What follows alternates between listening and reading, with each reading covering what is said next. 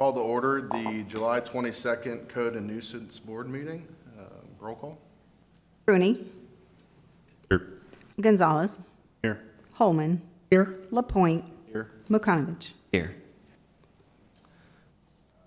Call for a motion to accept nominations to elect chairperson. I'd like to nominate Anthony LaPointe for chairperson. Second. Roll call. Rooney. Yes. Gonzalez. Yes. Holman. Yes. LaPointe. Yes. Mukanovich. Yes. Okay. Call for a motion to accept nominations to elect co-chair. I'd like to nominate Ben Bruni for co-chair. Second. Roll call. Rooney. Yes. Gonzalez. Yes. Holman. Yes. LaPointe. Yes. Mukanovich. Mr. Chairman, at the end of the meeting tonight, we'll need a brief closed session. I understand there's been a request for personal comment, so I think we would do that and then go into closed session. Approval of minutes.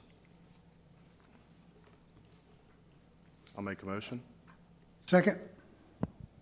Roll call. Rooney. Yes. Gonzalez. Yes. Holman. Yes. LaPointe. Yes. Mukanovich. Yes. All right, I will swear in the staff. Do you swear to tell the truth, the whole truth, and nothing but the truth? All right.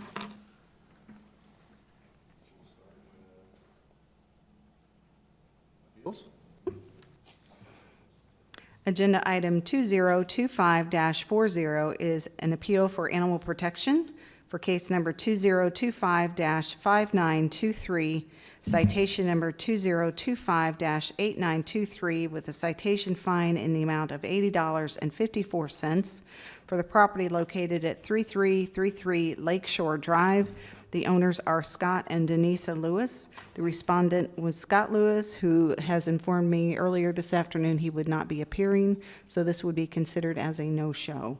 I do understand we have a neighbor that would like to address the board. And Mr. Chairman, that would stand as written. We don't need to do anything else. All right, so we will move on.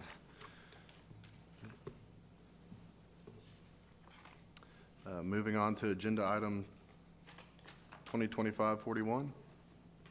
Agenda item 2025-41 is for animal protection. This is an appeal to case number 2025-5007, citation number 2025-7621.3, with a citation fine in the amount of $100 for the property located at 1631 Pleasant Way. The owners are Jordan E. Steff and Bryant Kirby.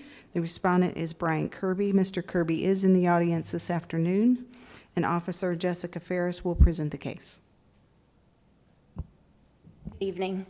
This case was the result of a citizen complaint on 5/30/25 regarding the residents of this address shooting a skunk and leaving the carcass in the yard and a bad odor from a large number of chickens.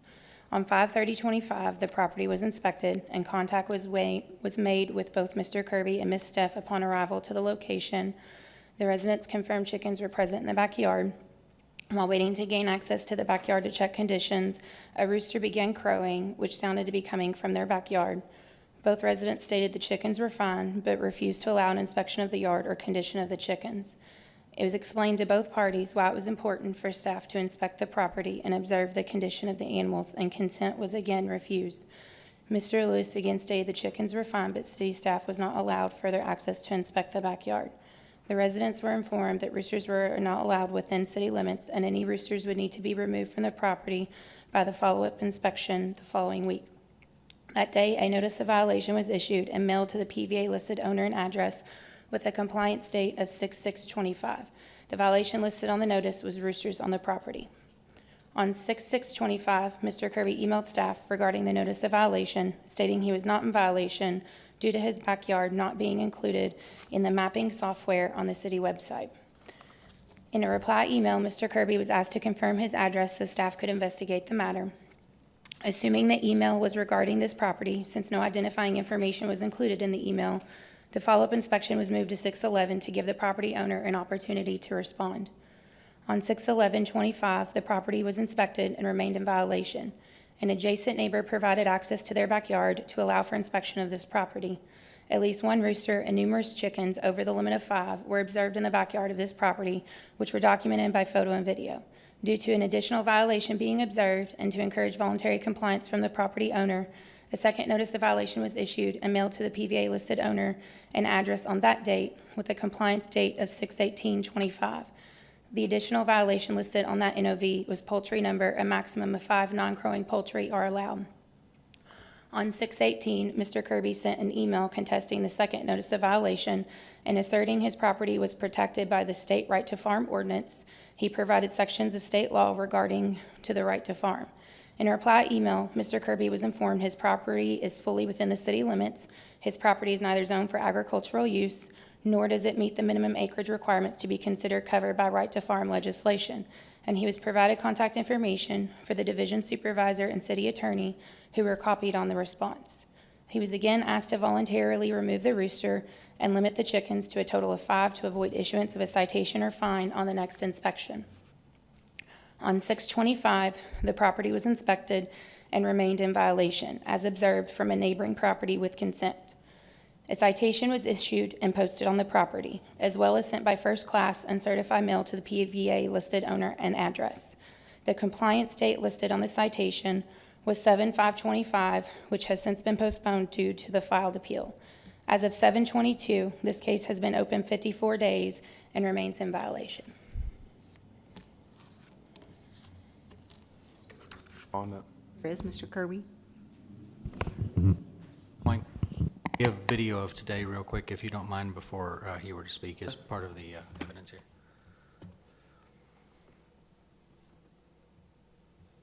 Hopefully.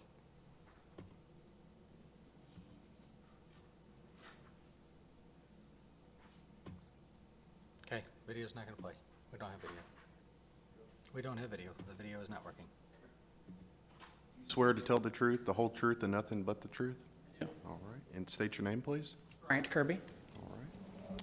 Would you all like a copy of the Kentucky and Warren County statutes for right to farm?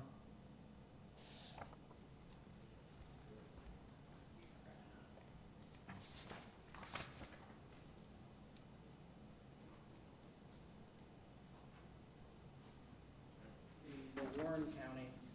You have the city ordinance with that? I don't think there's a city ordinance on right to farm. No, there isn't on right to farm. You have the city ordinance about poultry. Yes, yeah, there's one for poultry. Yeah, and you're aware of the restrictions. I am, but I'm aware that both this and the state statute override that exhibit. I understand your argument. Mr. Chairman, I think we're here to enforce Bowling Green ordinances, and that's what we're here for. Okay, so the Bowling Green, or Warren County ordinance, Bowling Green is in Warren County. The both Warren County and State of Kentucky ordinance specifically override the, if you call it the lower jurisdiction, or it's in the text. I also have a copy of the full Kentucky statute. If you want to see, I think it's like 3 pages long. I kind of gave you an excerpt there. I only have one copy of that.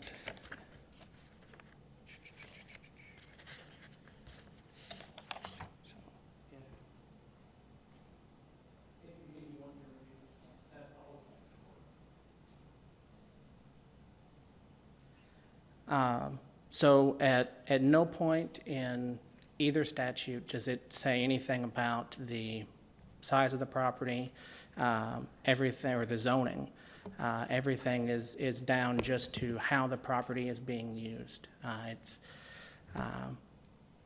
think PVA uses the same way. If you go through and look at the ordinances, there's actually a table that shows the use type, and you can see where agriculture is listed as well.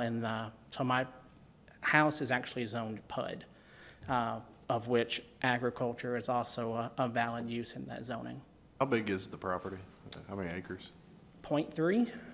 Didn't the last page say it had to be at least 5? According to PVA screenshot there on your screen, it's .21 acres, according to PVA. Chairman, the question would also be, is this land zoned agriculture or is it a residential piece of property? You'll need that It's zoned PUD, mixed use. residential use. Can be used for anything. I've got that as well. But it'd still fall under that 5 acres, correct? Well, so yes, but that doesn't apply to those statutes. If you read the statutes that I gave you, the 5-acre limitation is nowhere in there. There's also some case law. Kentucky Supreme Court ruled a 4.25 acre parcel was agricultural use. Also in Nash v. Campbell, which is a Kentucky appeals court and Supreme Court ruling, they found that the 5-acre requirement was arbitrary and wasn't concrete. Every other court case that has to deal with the 5-acre limit has to do with subdivisions and rezoning of the property itself, not with the use on the property.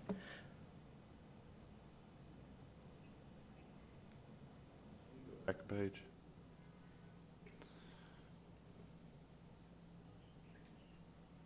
So reading this, it also says that the law applies to areas that are zoned for agriculture. Is that, I mean, so none of this, that he brings to the table applies, correct? I don't think it applies. It's not an agricultural zone. There are things within the city and county of Warren, city of Bowling Green, county of Warren, that you can have multiple uses for. But an agricultural use is a specific use. And because of the way the statutes are written, again, the city of Bowling Green can make ordinances. The Right to Farm Act was certainly a good act, but it had to do with lands that were agricultural or really places that didn't have planning and zoning. And planning and zoning's been here since the early 60s.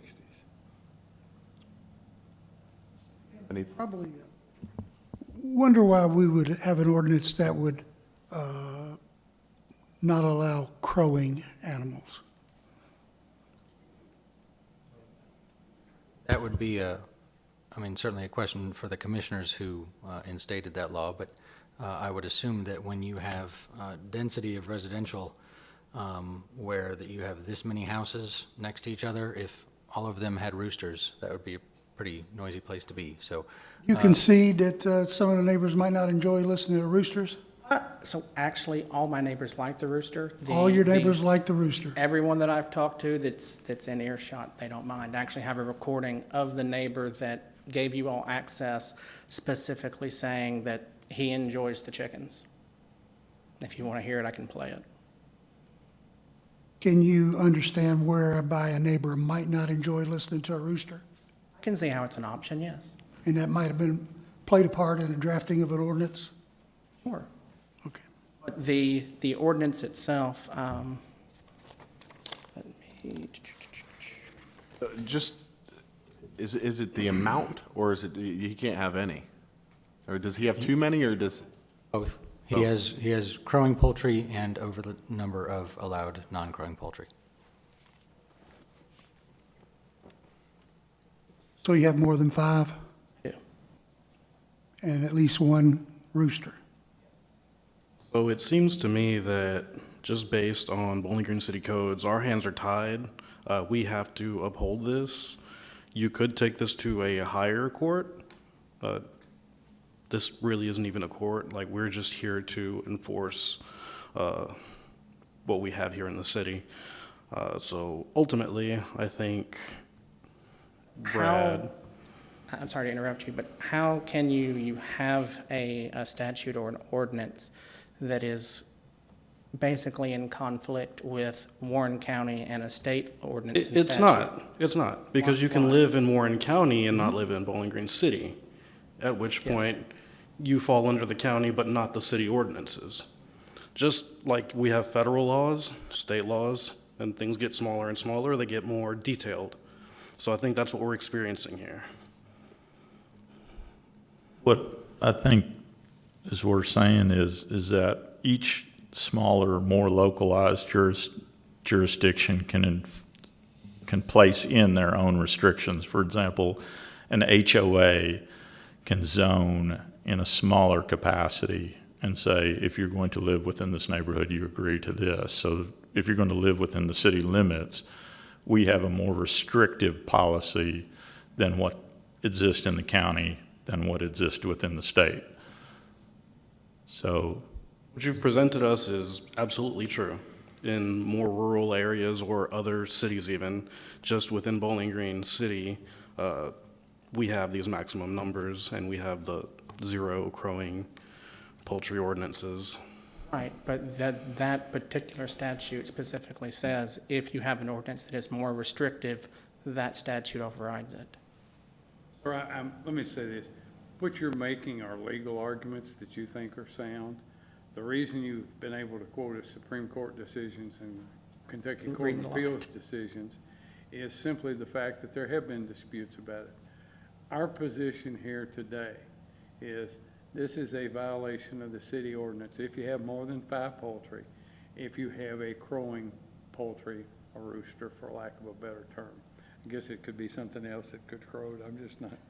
Duck, pheasant. Not sure what, quite frankly, the board, the commission is bound by the city ordinance. That's what we're here to enforce. Now, quite frankly, if they were to rule against you tonight, you have 30 days and you can appeal this to the Warren District. They can consider matters of law at that time. I will simply tell you, you might consider the fact that we've had city and county-wide planning and zoning for some period of time, that plays a big difference in these situations. So I'm telling them they've got to go by what the Bowling Green ordinance says, and that's where we are. That's my advice to you. I'll entertain a motion. Make a motion to uphold the citation and fine in the amount of $100. Second.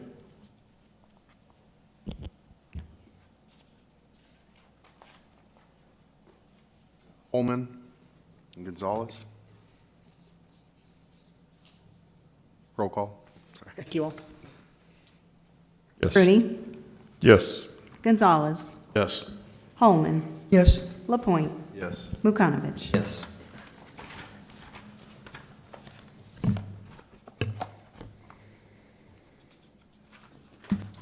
Alrighty. Agenda item 2025-42 is for code compliance. This is an appeal to citation, case number 2025-1923, citation number 2025-3081.5, with a citation fine in the amount of $1,005.54. This is for the property located at 310 East Main Avenue. The owner is Miles Properties LLC, and I believe a respondent came in. Are you here for the case, sir? Are you Mr. Miles? Okay. So Mr. Miles is here this afternoon, and Officer Sonia Duderick will present the case. This case was a result of citizen complaint on 10/31 of 2024, where a business at this location contacted our office to report an odor coming from adjacent restaurant. A code compliance staff and a building division staff inspected the property and determined a change of use permit should have been obtained prior to the current business operating. This was explained to property owner, and the building division agreed to postpone any immediate action due to restaurant planning to vacate the premises in February of 2025 per property owner's request. On 3/12 of this year, our office received another complaint reporting no progress regarding the restaurant. They had not moved out and the odor issue persists. As a result, a complaint case was opened and the property was inspected. The following violations were documented: interior surfaces not maintained in good repair, mold-like substance, and nauseous odors. Notice of violation was sent to PBA listed owner and an address on a date with a compliance inspection date of 3/24/2025. Code compliance staff spoke with the building division inspector, who advised the property owner had called a few times to meet up at the property but failed to schedule a time. The property owner was contacted for follow-up, who stated he had called the building division to schedule an inspection and was also arranging someone to inspect the mold-like substance. There's the pictures of what it looked like, mold-like substance, where a business was using air purifiers due to smell from a restaurant, makeshift car smells on the vents. On 3/25/2025, the property was inspected and remained in violation. A citation was issued and posted on a property, as well as sent by first class and certified mail to the PVA listed owner and address. The compliance inspection date listed on citation was 4/4/25, and violations listed are change of use of permit required, mold-like substance, and nauseous odor. On 3/26/2025, the property owner called to inform that he had arranged for someone to inspect the mold-like substance and provide a report. He also mentioned he would be applying for change of use of permit.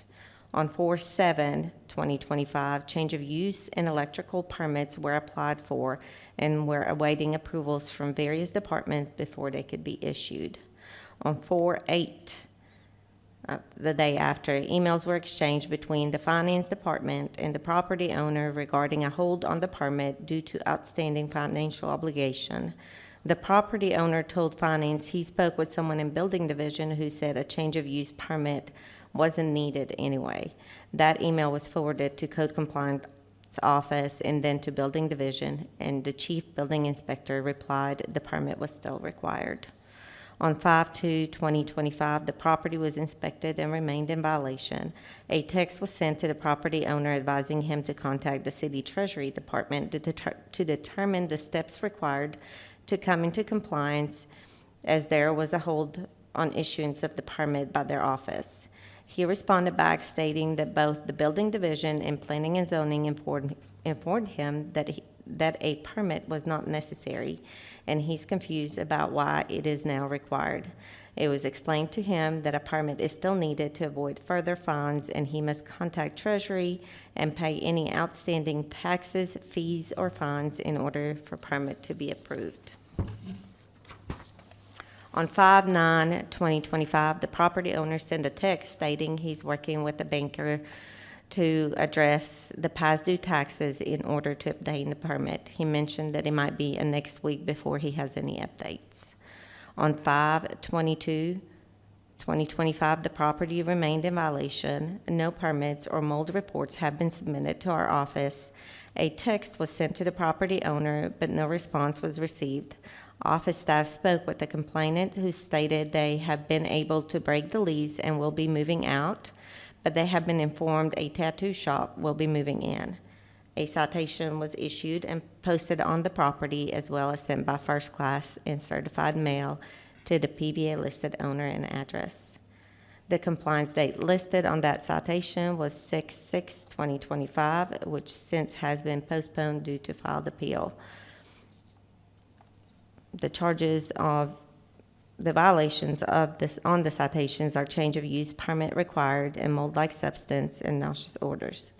On 6/19/2025, one of the businesses contacted our office to say their power has been cut off due to property owner's failure to pay for utility. Power was restored a couple of hours later. On 6/24/2025, the property owner satisfied his financial obligations to the city in order to receive approval for building and change of use of permit. As of today, the case has been open 132 days. A change of use permit has been obtained, but no work has been completed, and there has not been any communications with the building division. A mold inspection report was received from the owner of yesterday, 7/21/2025, and no steps taken to eliminate the odor issue. Mr. Miles?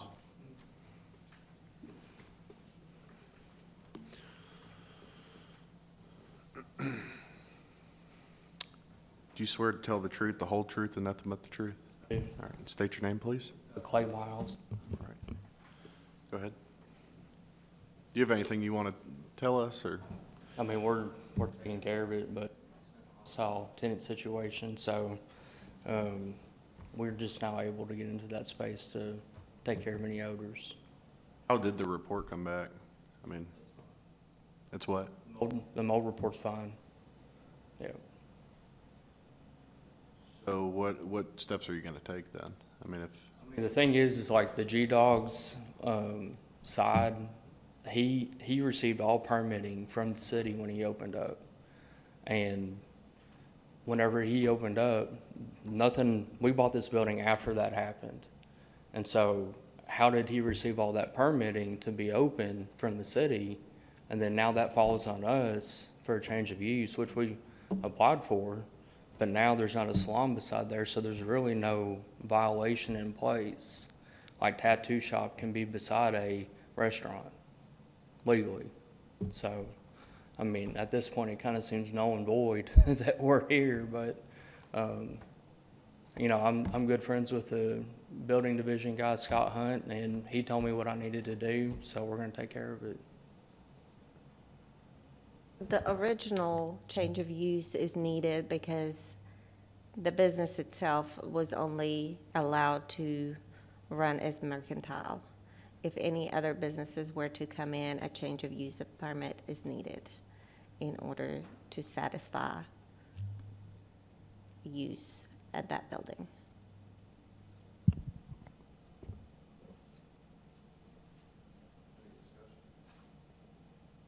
Is that a compliance today? No? So,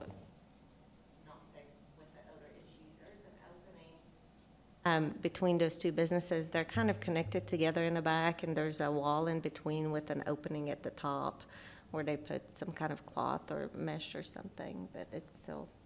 Part of the point of the change of use permit is to make sure that exactly problems like this don't occur, so that there's not odors transferring between businesses, so that if you have a business like, for instance, not pertaining specifically to this, but a nail salon where the state requires extra ventilation, you know, or a hair salon, that doesn't necessarily apply here, but it might if that sort of business were to come in. So now if a tattoo shop requires other things, or the restaurant is still there, then those have specific ventilation requirements, they have hood requirements, it depends on, you know, what business is going in there. So if it was only intended to be a mercantile, meaning it has shelves, dry goods, people come in, pay for it and walk out, and not that they're cooking food and not that they're doing hair and nail salon and everything else, then, you know, that would be fine. But once those things change, then an inspection has to occur to make sure that it is up to code, and the building inspector comes in to make sure the wall goes all the way up and the ventilation is appropriate. And now if maybe you have more people coming in, right? So at a restaurant, you might have a larger occupancy load at any given time than you would a store where someone comes in, purchases something and walks out, versus a restaurant where people stay for, you know, a period of time. I'm not sure if this restaurant has tables where people can sit, but now there's different egress requirements where if you have a certain occupancy load, people have to be able to, you know, get out in an emergency. So I'm not sure how much of that pertains to this situation specifically. That would be a building division situation for them to inspect, but regardless, it's a pretty easy thing just to get the permit and set up that inspection and have them do it, and here we are since October, and it hasn't been done. That's why we're here. So, is it the new place that's going in that is complaining about the smell of the hot dogs? Is that what I'm hearing? Existing businesses. Okay.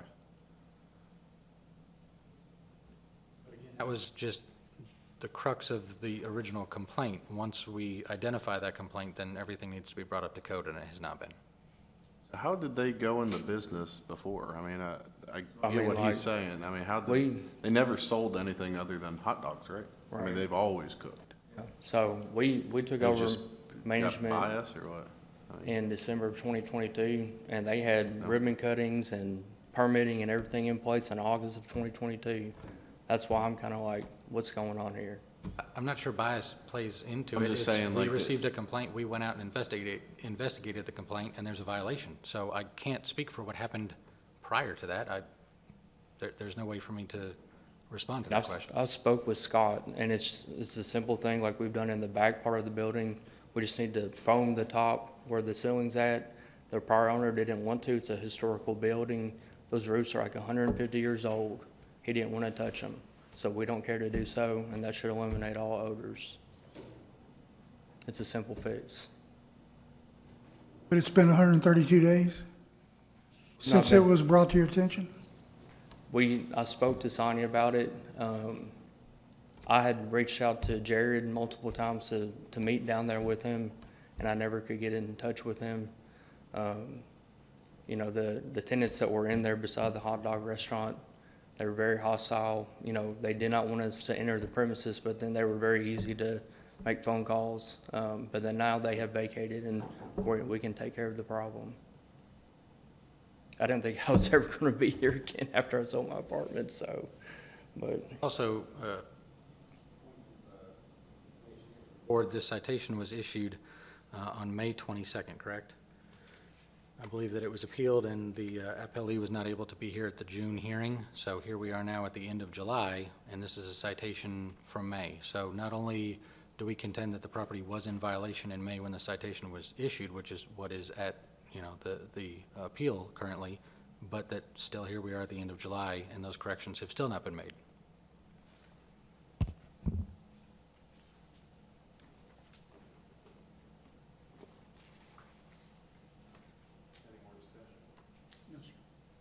I'll entertain a motion. I make a motion to uphold the citation fine in the amount of $1,005.54. Second. Holman, Gonzalez. Rooney. Yes. Gonzalez. Yes. Holman. Yes? Lapointe. Yes. Mukanovich. Yes. So that will stand. Moving on. Moving on to new business.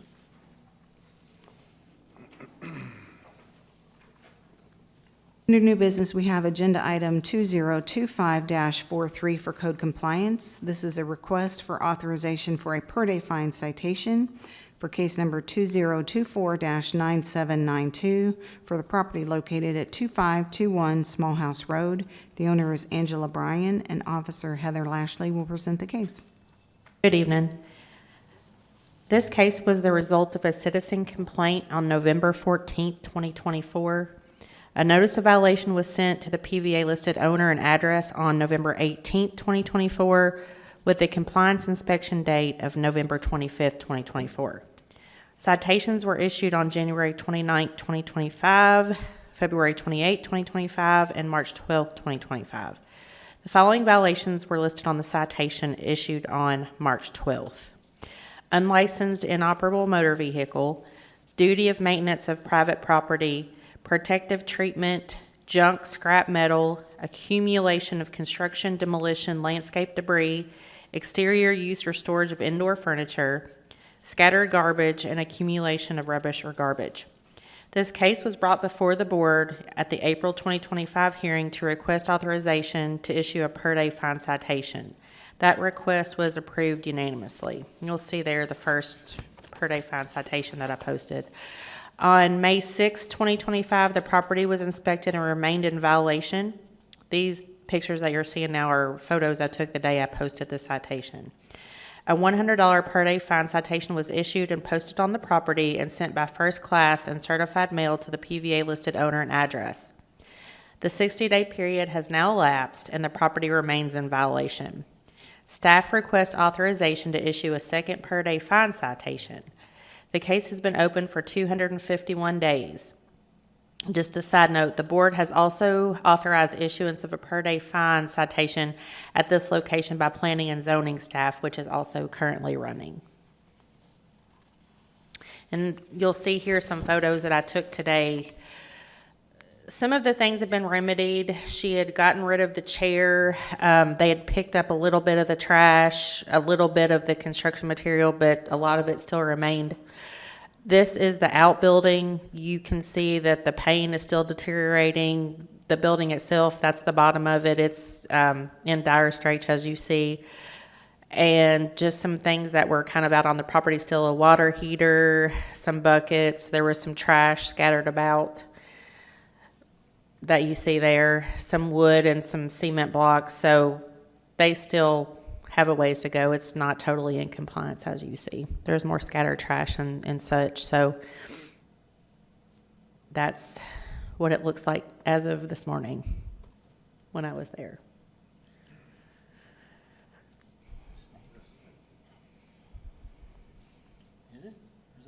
Do we have a respondent? Didn't get close enough to see.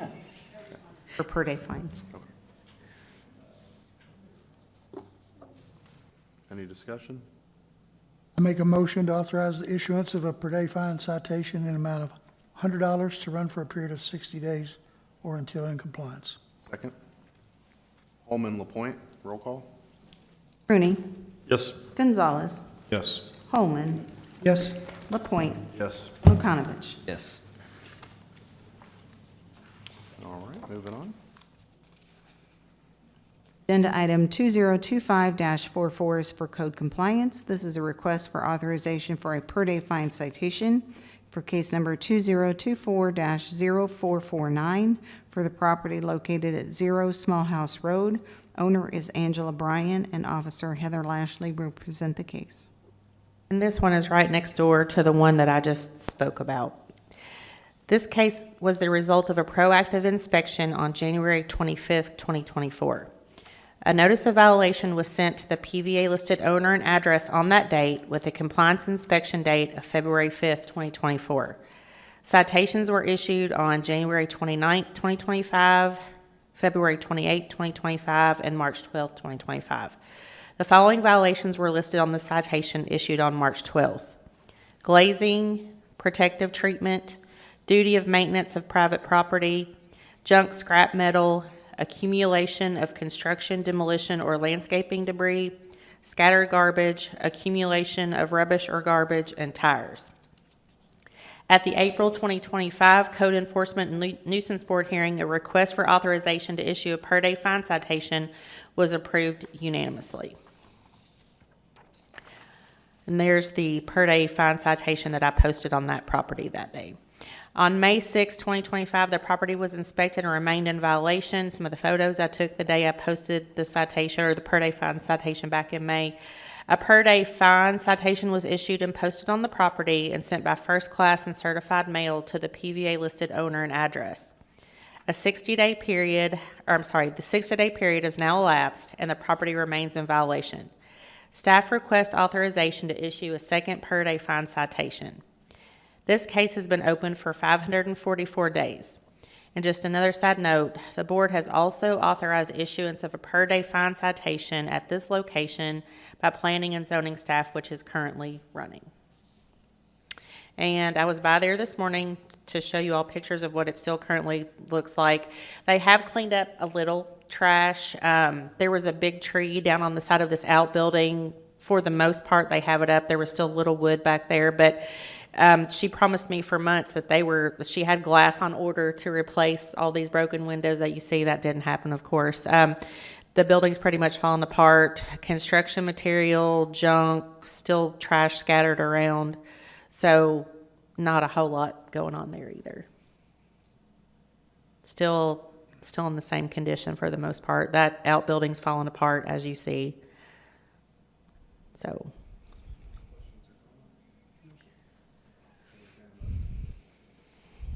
I make a motion to authorize issuance of a per-day fine citation amount of $100 to run for a period of 60 days or until compliance.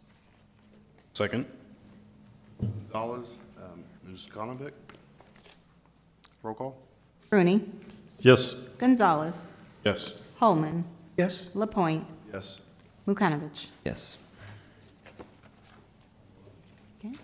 Go into closed session? Need a motion to go? Before we do that, there was someone that wanted to make a public comment. Yes. I think it'd probably be better to do that first, if you Okay. don't mind, Mr. Chairman. Okay.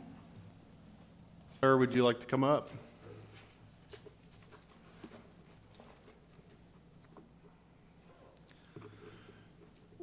Do you swear to tell the truth, the whole truth, and nothing but the truth? All right, and state your name, please. Ben Hartley. I live at, I was coming tonight to speak on the first case on the agenda. And I guess Scott opted not to appeal after all. I assume he's paying his fine, but I thought it was still important to come and speak to you all. I had one of my next door neighbors was also planning on coming.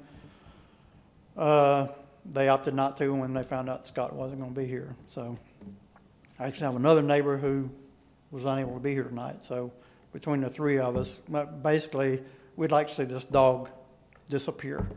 And I like dogs, but my property borders Scott's property where he has a pit bull or a pit bull mix. My property also borders the cemetery that the city manages where this current incident happened with the goat. I'm familiar myself with 5 incidents with this dog over the last 2 years. 4 of those are on file with the animal control. 1 of them just wasn't reported. 3 of those incidents occurred when he attacked my next door neighbor's dog 3 separate times. I actually witnessed one of those while it happened. It was a pretty vicious attack. And it only ended when Scott came over and literally dragged his dog off of my neighbor's property. Another incident, I was in my backyard. I heard someone hollering for help. I went running around to the front of Scott's property. By the time I got there, basically that was when the dog had escaped through a screened-in window and attacked one of the neighbors out walking his small dog. When I got there, I noticed the dog had been bitten several times. The older gentleman walking the dog was bloodied on his arms and his legs. He told me he hadn't been bitten, but the dog had knocked him down. He scraped up on the asphalt. I called animal control for him, and then he talked to them. They came out. One of the frustrating things is that maybe a misunderstanding, but my interpretation of what I heard and what Scott has been told, because he repeated it to one of my neighbors, is that essentially the city could do nothing unless a person got bitten. Otherwise, it's hands off. I'm not saying that's like what was meant, and there's probably other intentions. I'm not here to knock. I retired from the city several years ago. I know some of the red tape you guys have to go through. I know a lot of people here, they're all good people. They work within the limits. I understand all the red tape and that kind of stuff. So, but I'm just here today as a citizen to let you know there's a huge amount of frustration with the neighbors that after 4 reported incidents, all that's happened so far is one $80 fine. And we're very much in fear of this dog. My wife takes pepper spray now when she walks. I spent $1,000 this winter putting up a privacy fence between my yard and Scott's because my wife told me to.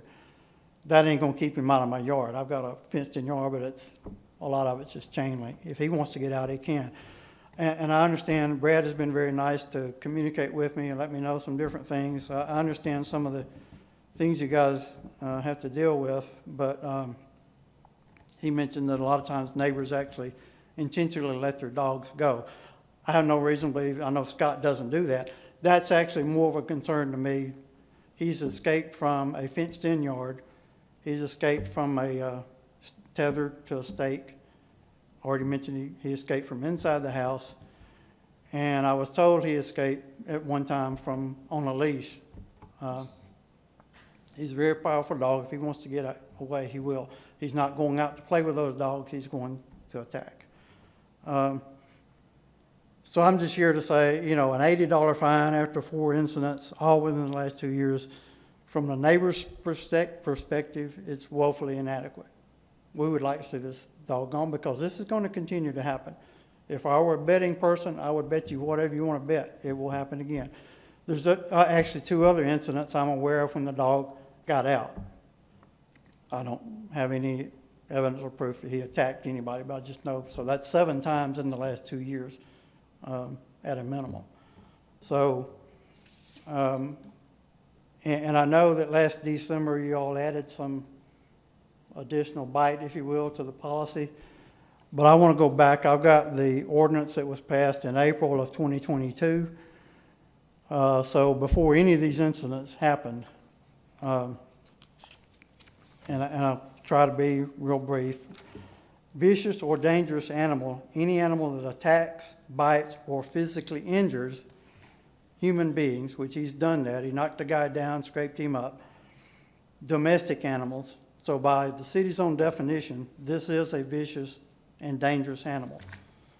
It also states that no person shall own, keep, or harbor any animal that unreasonably annoys humans, I'm very much annoyed, or endangers the life or health of persons or animals. So strictly, I'm not an attorney, but strictly reading what's in the policy, even going back 3 years, it looks to me and to, like I say, the neighbors, that there's plenty of bite in the policy. Just please enforce it. $80 fine after fortune, and I totally get these guys are probably, maybe they're understaffed, they've got a ton of cases. I've lived some of that in the past, just again, working for the city, but that's really all I have to say, other than the concerns going forward is that this is not going to stop unless you all stop it. I don't think Scott has any intention of giving up the dog. I will also let you know that besides him escaping from the property, Scott has a, I don't know how to say this, a child who is somewhat disabled, I guess, for lack of a better term. I believe he's in his 20s. He stays at home while his parents work. I'm not sure if anybody stays with him or not. He is, like I say, he's probably in his 20s. He's got some issues. He is no bigger frame than I am. And I've been told secondhand that he got pulled down by the dog himself and suffered a broken collarbone. This is Scott's son. Even after the goat incident, he still walks the dog every day, him by himself while Scott's at work. And there's no way he could control him. So I'm just asking you, I know you can't, since Scott didn't show up, I know you probably can't add anything to it. I'm just trying to make you aware there's more than one case, neighbors are very concerned, and we want something done. So if something happens again, please don't just issue another small fine. You know, we can't, we should have a right to enjoy our backyard, our grandchildren, and walk the dogs, and we don't feel like we really can. So that's all. Thank you. Appreciate it. Hey, just a quick question. We appreciate your comments, by the way, but in the incident where the gentleman was knocked down and bloodied a little bit, Yes. You said you called an animal control officer. He they- did not have his phone with him, I don't believe, and he was very shook up. He was bloody. He wanted to get away as soon as he can to go take his dog to the vet. Was an officer able to come over? When I first called, they didn't come because she said I wasn't the one that attacked. My dog was attacked. So I handed the guy the phone and let him talk to her. So then they did come out. By the time she got there, the son had was at home, finally realized what I guess it is. You know, another neighbor had actually gotten there before I did, and I wouldn't have done it, but they grabbed the dog by the collar and was trying to calm him down to keep him away from the other guy that got attacked. So then the son came out, put him back in the house. So he was back in the house by the time the officer got there. Thank you.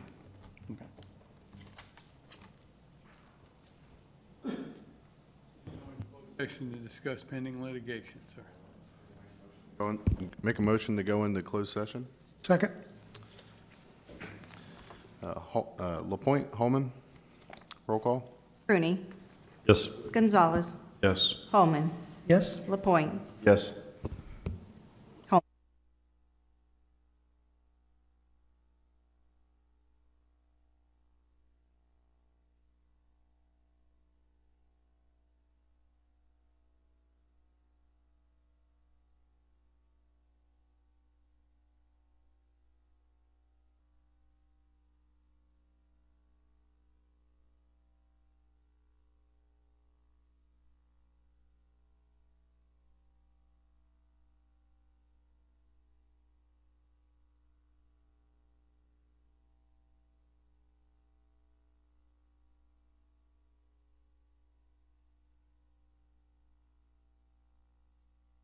Yes. Mukanovich. Yes.